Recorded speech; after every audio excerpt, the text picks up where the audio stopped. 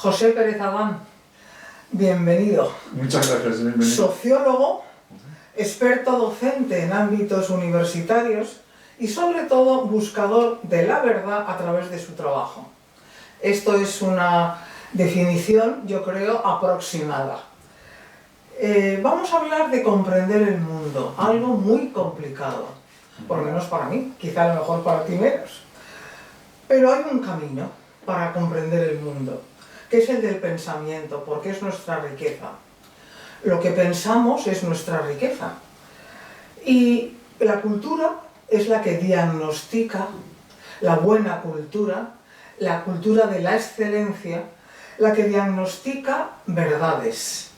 Por ejemplo, es una verdad el relativismo, es una verdad el hedonismo, es una verdad el sentimentalismo, es una verdad el individualismo y también el consumismo y muchos más.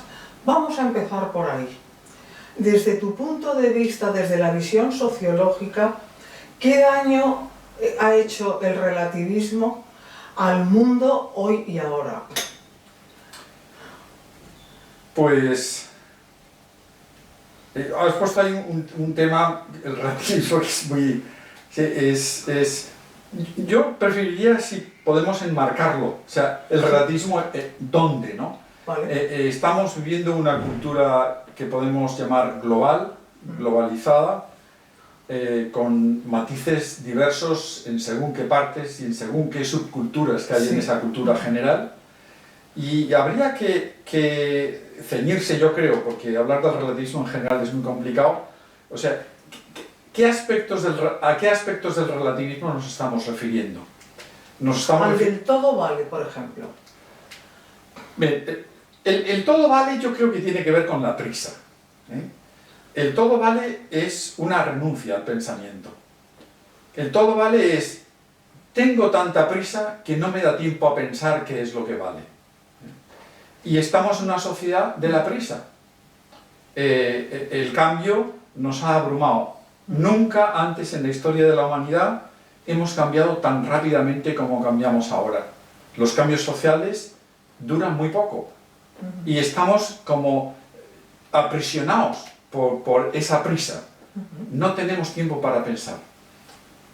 Yo creo que la causa del relativismo está ahí. Pero hay una causa un poquitín más profunda todavía, y es que no solamente no tenemos tiempo para pensar, sino que no tenemos las capacidades necesarias para pensar. Y esa falta de capacidad tiene poco que ver ya con el relativismo. ¿Tiene que ver con la ignorancia, con la indiferencia, con ver las cosas desde la barrera sin llegar a torear? Bien, se habla mucho de que estamos en la sociedad del espectáculo, ¿no? Que esto es como la vorágine de un teatro. Ahí en el escenario están ocurriendo muchas escenas al mismo tiempo, casi, y nosotros somos al mismo tiempo espectadores y protagonistas de las escenas. Hay como un síndrome de pérdida, ¿no? Pero la causa profunda no solamente es que no sepamos nosotros, mirándonos hacia adentro, pues que nos falten los recursos para pensar bien, para entender, para comprender, para escuchar. No solamente están dentro de esos problemas, sino también fuera. O sea, no sabemos dónde estamos. ¿Estamos solamente de espectadores? ¿Estamos de protagonistas? ¿Estamos en los dos sitios al mismo tiempo? No lo sabemos. No sabemos qué es la realidad. Sí. Hay una experta que se llama Nell Derrick de Bois, que dice que las cosas se ven mejor cuando entendemos por qué estamos aquí. Ese prisma tuyo de por qué estamos aquí, ¿cuál es? Yo miro al fin, que a mí me parece que eso es muy importante. O sea, estamos aquí para llegar a algún sitio. ¿A dónde voy? Esa es la pregunta. ¿A dónde voy? ¿Y para qué voy? Bueno, ¿y por dónde voy? O sea, ¿a dónde y cuál es el camino, ¿no? La pregunta finalista que llaman. ¿Qué pinto yo aquí? Acabo de publicar un librito que se llama Sociología Moral. Moral Sociology, lo he publicado en inglés. Y ahí sostengo que para entendernos y para entender es fundamental creer en Dios, partir de ahí, algo que la modernidad ha puesto en cuestión. La modernidad no parte de Dios, la modernidad parte de no se sabe. Si usted quiere buscarlo, búsquelo. Asume una supuesta neutralidad finalista, pero eso es un error. Asumir una neutralidad finalista es decir que el fin es imposible. Decirnos a todos que si uno se compromete con un fin, como que se queda fuera de la realidad. Y ahí tenemos el error de partida. Si no hay fin, ¿para qué moverse? La sociedad, hemos dicho antes, es cambio. ¿Y cambiamos para qué? Ahí implícitamente asumimos una finalidad. A mí me hace mucha gracia esos políticos que dicen yo soy neutral, ¿no? E imponen eso que llaman el laicismo, Sí. pues que es una contradicción. Ahí no hay neutralidad, estás imponiendo algo. O sea, la neutralidad no existe, hablando en términos sociales complejos. Y hay que darse cuenta de eso. O sea, por eso, lo que más sentido común tiene, lo más natural del mundo, es partir de que Dios existe. Porque si Dios no existe, nada tiene sentido fuera de nosotros mismos. Y eso ha derivado en las consecuencias de lo que es el hedonismo, lo que es el sentimentalismo, el individualismo, el consumismo y un largo etcétera de ismos que son infección. Sí, sí. Pero quizá el origen esté en lo que podríamos llamar la egolatría, el no considerar que tenemos un creador. Bueno, es que si tú dices que Dios no existe o que acabas poniéndote tú en el pedestal de Dios. O sea, yo a veces a mis alumnos les he puesto este jueguecito, ¿no? Suponte, fulanita, que estás ahí, una alumna mía, suponte que Dios te acaba de crear tu alma, y está muy contento. Dios ve que, oye, me gustas, y te voy a premiar, y te da la oportunidad de escoger el tiempo y el lugar de tu nacimiento. ¿Qué elegirías? Y la mayoría de mis alumnos deciden, pues a mí me gustaría nacer ahora y en este lugar, porque estoy bien, mirando la historia, es el momento del máximo progreso, y nunca hemos tenido más cosas, y nunca hemos tenido más seguridad, y entonces estamos hablando del contexto hispano, en España, ¿no? Yo quiero nacer en España ahora, ¿no? No en ningún tiempo pasado, porque todo tiempo pasado fue peor, ¿no? Y entonces yo le pregunto a esa alumna, ¿pero tú sabes lo que estás diciendo? Y le digo, mira, en España nacen cada año aproximadamente unas 300.000 personas. Nacen 300.000. En España hay 100.000 abortos cada año. Si Dios pone tu alma en un cuerpecito ahora, tú tendrías un cuarto de posibilidades de ser abortada antes de nacer. ¿Realmente quieres eso? ¡Ay! No me diga usted eso, ¿no? Pero y se ponen a pensar. Sí. Se ponen a pensar, ¿no? Bueno, es que tener en cuenta a Dios es muy importante. Muy importante.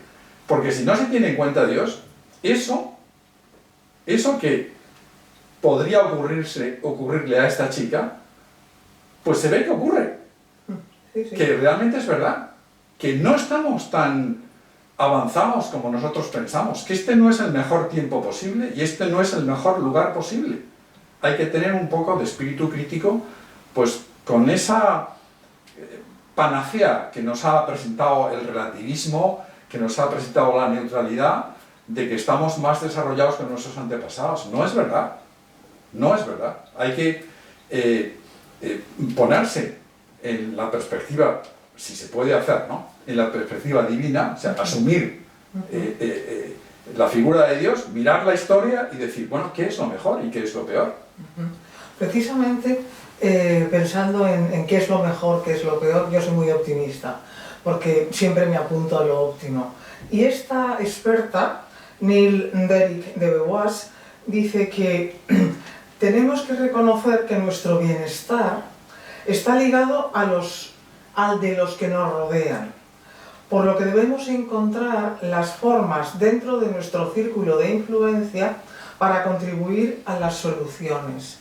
En este contexto, ¿cuáles pueden ser las claves de pensar, nos pasa esto por lo que nos pasa, y cómo puedo salir yo de esta espiral de cambio desorbitado porque quiero llevar yo las riendas de mi propio cambio?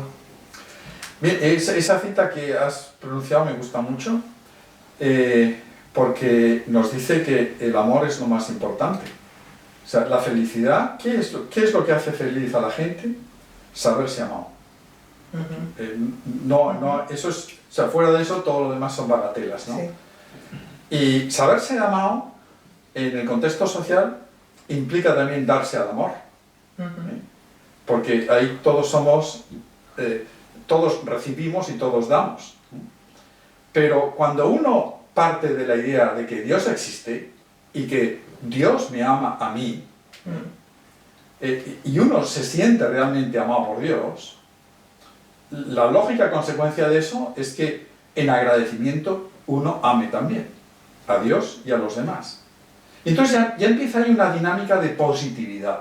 Ahora se habla mucho de positividad, de resiliencia y de afirmación del propio yo. No, es justo al revés.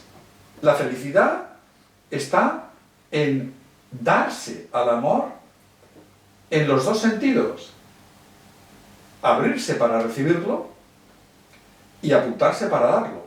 Vertical y horizontalmente. O sea, a Dios y a los demás. Entonces las soluciones tienen que partir de ahí, de una visión trascendente de la vida, o quizá más inmanente. No. Si no hay una visión trascendente de la vida, no hay fin. O sea, una visión trascendente de la vida es una visión finalista. Nos apuntamos a un fin. Una visión meramente inmanente niega la finalidad. Y por tanto, en esa negación, todo vale. Porque nada tiene más valor que otra cosa. Eso es fundamental. Uno de los grandes peligros, estamos ahora en la crisis última, yo creo, de la modernidad.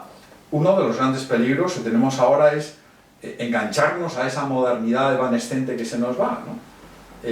Que en mi opinión hay que darle el adiós y sentirse muy contentos de que se vaya. Porque engancharse a esa modernidad que se nos va es engañarse a la negación de la trascendencia. Es condenarse a lo distópico, como ahora ocurre, ¿no? Que casi todas las películas que uno ve pues son distópicas, antes eran utópicas, ahora distópicas. ¿Por qué? Pues porque estamos efectivamente en un fin de época. Y disruptivas también. Y a veces muy dañinas, ¿no? Pero nos hacemos daño sin querer, sin darnos cuenta. O sea, cuando uno niega a Dios, cuando uno niega la trascendencia, de alguna manera se impide a sí mismo, se niega a poner un fin positivo a su existencia. Pero si es mayoría la gente que prescinde de Dios, ¿dónde podemos encontrar las soluciones? No es mayoría la gente que prescinde de Dios. En este planeta, ahora mismo, la mayor parte de la gente cree en Dios. Eso es un dato. O sea, creer en Dios es lo más natural del mundo, porque en mi opinión, no creer en Dios es irracional. Entonces, eso mucha gente dice, la mayoría somos los que no creemos en Dios. Usted está equivocado, no sabe los datos. Incluso, incluso pregúntele a la inteligencia artificial, verá que no, que la mayoría del planeta cree en Dios. Por supuesto, es lo más natural del mundo. Otra cosa es en qué Dios cree cada uno, ¿no? Pero creer en Dios es lo más humano. Lo otro no lo es tanto. Winston Churchill, casi nada, escribió: el carácter se manifiesta en los grandes momentos, pero se construye en los pequeños. Hoy y ahora se ha perdido el concepto del auténtico liderazgo, ese que lleva a las personas hacia la verdad. porque no hay líderes auténticos, sino que hay autarquías o totalitarismos. Has mencionado a Churchill y hace poco leí a alguien que decía, ¿no?, que en nuestro mundo sobran políticos y faltan estadistas. Sí. El político se fija en el corto plazo, el estadista va un poquitín más allá y yo estoy de acuerdo con eso. O sea, nos faltan personas que apunten a la finalidad. Eso es el líder. El liderazgo está ahí. O sea, el decir, mire usted, ahí está el fin. Vamos juntos. Ese es el líder. Una persona que diga, ahí no hay nada, no hay ningún fin en nuestra vida, pues ¿para qué yo voy a ir yo con usted a ningún lado? O sea, no me sirve. Hay un vacío en lo público hoy en día de personas que realmente apunten a finalidades, ¿no? Eso tiene que ver también con bueno, pues esta época de la digitalización en la cual pues estamos bombardeados con una cantidad de información tan grande que nos abruma, y no sabemos distinguir qué es lo verdadero de qué es lo falso, dónde están las personas de valía de las personas que están engañando, ¿no? Pero eso no se remonta. Tú y yo somos de mayo del 68. Eso no se remonta a toda la convulsión universitaria que hubo en mayo del 68 en Francia, que luego tuvo una repercusión internacional inmensa. ¿No empezó ahí el concepto de autoridad de alguna manera a perder su fuelle? A mí me parece que, en fin, mayo del 68 tiene su impacto, pero creo que se ha exagerado muchísimo. Al principio te hablaba de la globalidad. O sea, cuando tú le hablas a un africano de mayo del 68, pues dice, ¿tú de qué vas, no? Tú eres eurocéntrico, te dicen, ¿no? Sí. Y quizá uno de los problemas del mundo presente es el eurocentrismo. O sea, yo, en fin, soy español, he nacido aquí y por tanto soy europeo, pero no estoy orgulloso de serlo en absoluto. O sea, si yo pudiese elegir como esa alumna, pues sería africano o sudamericano, pero no europeo. A mí me parece que Europa ahora mismo es el peor lugar del mundo, donde más gente muere intrauterinamente, exageradamente, los números son abrumadores, y no es el paraíso que mucha gente piensa que es. Tenemos migrantes que vienen a Europa, pero simplemente por el bienestar material y por un contexto de libertades finitas que aquí se vive, pero al mismo tiempo Europa tiene pues unos datos estadísticos muy difíciles de asimilar, ¿no? O sea, los países europeos es donde más se suicida la gente, es donde hay más incomprensiones, donde hay más divorcio, por ejemplo, donde la gente se lleva peor en las relaciones así personales cercanas, ¿no? Todo eso tenemos que mirarlo también con cierto sentido crítico, ¿no? Y cuando hablamos de una sociedad global, cuando nos ponemos así a hablar de humanidad en vez de gente de un país o gente de otro, pues tenemos que tener en cuenta estas cosas, ¿no? Que hay, yo vamos, lo he dejado por escrito por ahí, que tenemos que aprender de la gente que tiene pocos medios y que gracias a esos pocos medios es más feliz que nosotros que tenemos más medios. Estoy de acuerdo. Pero en la década de los 60, de alguna manera empezó la sociedad líquida, porque sí, el concepto autoritas y potestas de alguna manera se disolvió en su versión más negativa. Sí. Bueno, una persona que ha escrito sobre eso, vamos, y yo creo acertadamente, en la tetralogía de la ejemplaridad de Javier Comas, apunta a eso, ¿no? Que a partir del último tercio del siglo XX, a partir de ahí, pues con esa propuesta de todos somos iguales, aquí no hay gente más importante que otra, pues la ejemplaridad desapareció. O sea, nadie se atreve a ser ejemplar porque ser ejemplar es ser distinto, ¿no? Entonces, si desaparece la ejemplaridad, ¿nosotros a quién miramos? O sea, René Girard decía que hay un deseo mimético en todos nosotros, ¿no? Que buscamos a alguien a quien parecernos, ¿no?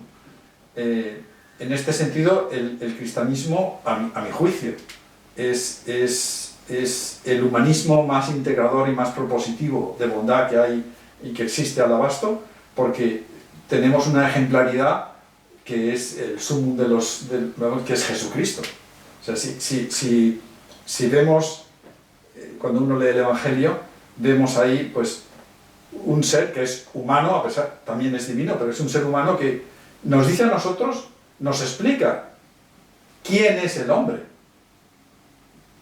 Entonces, cuando uno entiende eso, dice, pues bueno, eso es lo que a mí me gusta. Yo quiero amar y ser amado hasta el extremo, que es lo que hizo Jesucristo. Ahí hay un panorama y un atractivo impresionante que la gente ahora mismo no mira, no ve, pero que hay que descubrirle. Eso llevado a las soluciones globales, que has hablado mucho de los problemas globales de la sociedad global, ¿cómo se puede plasmar? Pues ahí está, ahí está. Ese es el reto. Uno de los... El desafío. Sí. Una de las razones de ser de la Iglesia es esa, ¿no? La misión. O sea, si nosotros los cristianos nos comportásemos como cristianos, si la Iglesia diese testimonio de quien es su fundador, pues yo creo que el mundo estaría muchísimo mejor. No hay que olvidar de que todo esto del todos somos iguales y el relativismo, de la misma manera que se ha quitado el bien del horizonte de nuestras vidas, pues se ha ocultado también el mal, y el mal existe. En fin, una de las cosas que yo he trabajado mucho en sociología, y tengo un libro escrito sobre eso, se llama La salud social.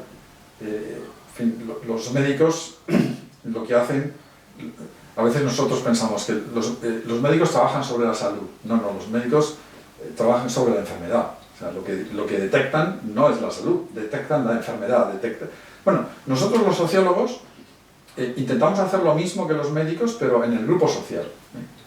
Y por eso yo propongo la salud social.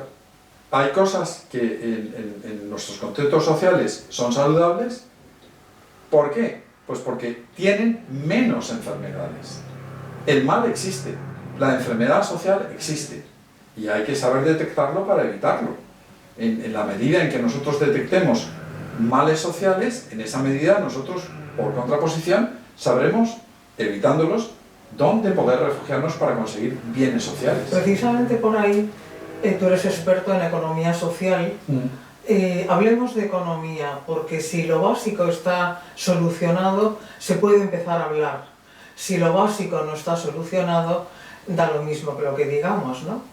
Hay ahí en fin, desgraciadamente, todo se complica, ¿no? Pero estamos en el fin de una época, que es la modernidad, pero también en ese fin de época que es la modernidad hay una teoría económica que se considera, ¿no? Que es la teoría económica hegemónica, que nos dice que lo mejor es maximizar los beneficios económicos, que el objetivo de la economía, que el objetivo de la empresa, que el objetivo de la actividad productiva de la gente debe ser maximizar un único interés, y ese interés es el beneficio.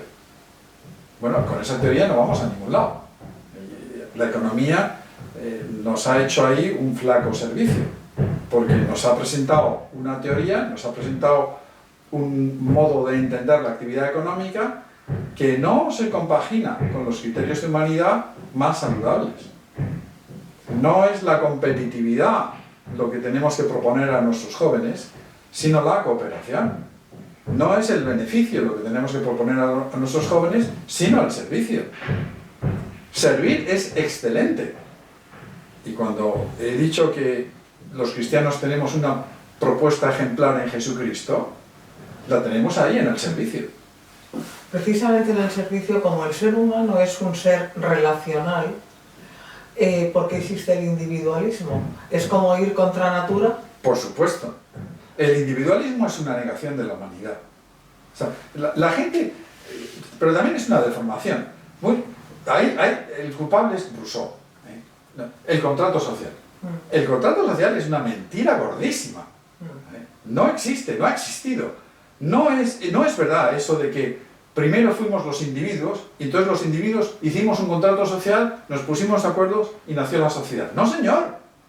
No, señor. Todos hemos nacido en sociedades que ya existían. No somos fruto de ningún contrato. La sociedad es antes que el individuo. Cuando nosotros decimos que el individuo es antes que la sociedad, estamos negando la realidad social. Eso no es verdad. Rousseau, en fin, encerrémoslo por ahí, lo olvidemos, no. Y la familia es antes que el individuo. Por supuesto. Eso es lo radical del ser humano, es que es un ser familiar. O sea, todos, antes he dicho que la sociedad es antes que el individuo, la familia es antes que el individuo, pero todos somos hijos. O sea, no todos somos padres, pero todos somos hijos. O sea, es en la filiación cómo nos descubrimos humanos. Y la filiación es una dependencia. Eso no lo podemos negar. O sea, que hay un tipo por ahí que ha escrito un libro que se llama Animales racionales dependientes, Alistair McIntyre. Muy buena. Y entonces, no somos independientes. Proponer a los niños la autonomía y la independencia es hacerles un flaco servicio. Hay que proponerles la dependencia. O sea, nosotros dependemos de los demás, querámoslo o no. Y aceptar esa realidad y además verla como algo positivo. O sea, toda relación humana implica una dependencia. Y cuando uno busca lo contrario en las relaciones humanas, que es el dominio, uno esclaviza a los demás. Y eso es muy antihumano. Estamos hablando de comprender el mundo para mejorar el mundo. Entender el mundo es difícil, es complicado, lo hemos visto, pero nos has dado muchas claves para reflexionar y repensar. Pero vivimos en este mundo que es ecología. La ecología, ¿cómo puede ser creativa y al servicio del hombre y no del capitalismo? Bien, es un tema muy interesante. Hay, en fin, la encíclica del Papa Francisco, de Laudato Si, pues ha sido, a mi juicio, uno de los documentos más importantes de los últimos años, y él ha puesto ahí el dedo en la llaga. Es una encíclica que ha sido mal interpretada y poco comprendida por mucha gente, pero el Papa Francisco nos dice ahí que nosotros somos jardineros de la naturaleza. O sea, no somos unas máquinas extractoras. La naturaleza no es un producto que nosotros tenemos que utilizar para mejorar nuestra situación a costa de los que vengan después. Es una falta de caridad privar a las futuras generaciones de los recursos que nosotros estamos consumiendo y privarles de un entorno que nosotros estamos disfrutando pero al mismo tiempo destruyendo, ¿no? Esa relación de dependencia entre las generaciones que apunta a la Laudato Si es tremendamente relevante. Los que vengan después van a depender de nosotros de la misma manera que nosotros dependemos de los que han venido antes. Y sería demasiado egoísta por nuestra parte, colectivamente hablando, privar a los que vengan después de cosas que los que han venido antes a nosotros no nos han privado. ¿Eso se podría llamar como familia sostenible? Bueno, desde el punto de vista colectivo, sí. Hay es un concepto apadrinado, que escribió San Juan Pablo II, cuando habló de las estructuras de pecado y de los pecados sociales, ¿no? Que se puede aplicar también a generaciones enteras, ¿no? Y el Papa Francisco nos dice que si no respetamos la naturaleza, si no cuidamos los dones de la naturaleza para las futuras generaciones, nosotros les estamos como robando algo que pertenece a toda la humanidad a través de los tiempos, ¿no? son los dones de la creación. Y eso sería un comportamiento muy egoísta por nuestra parte, ¿no? Por eso hemos hablado antes del amor. El amor es lo fundamental, ¿no? O sea, que se puede amar a gente que no existe, gente que no existe todavía, y hay que amar a los hijos que uno todavía no tiene, hay que amar a los que vendrán después en nuestros entornos sociales, hay que quererles ya, y a veces nos comportamos no solamente ignorándolos, sino haciéndoles daño. O sea, les hacemos daño aunque todavía no existan. O sea, en la mente de Dios, o sea, para Dios no hay tiempo. A nosotros se nos hace muy difícil pensar fuera del tiempo, pero hay que intentar hacerlo un poquito. Pues estamos en este tiempo, en el 2025. José Pérez Adán, muchísimas gracias por este diálogo tan enriquecedor. Yo me quedo con dos ideas. Tenemos los cristianos que devolver el mundo a Dios, esa es nuestra misión, y para eso quizá tenemos que ayudar a Jesucristo, cada uno donde esté, con lo que sea, con lo que pueda, con su trabajo, a acabar esta redención que precisamente acabamos de vivir, la resurrección de Jesucristo. Muchísimas gracias. Muchísimas gracias.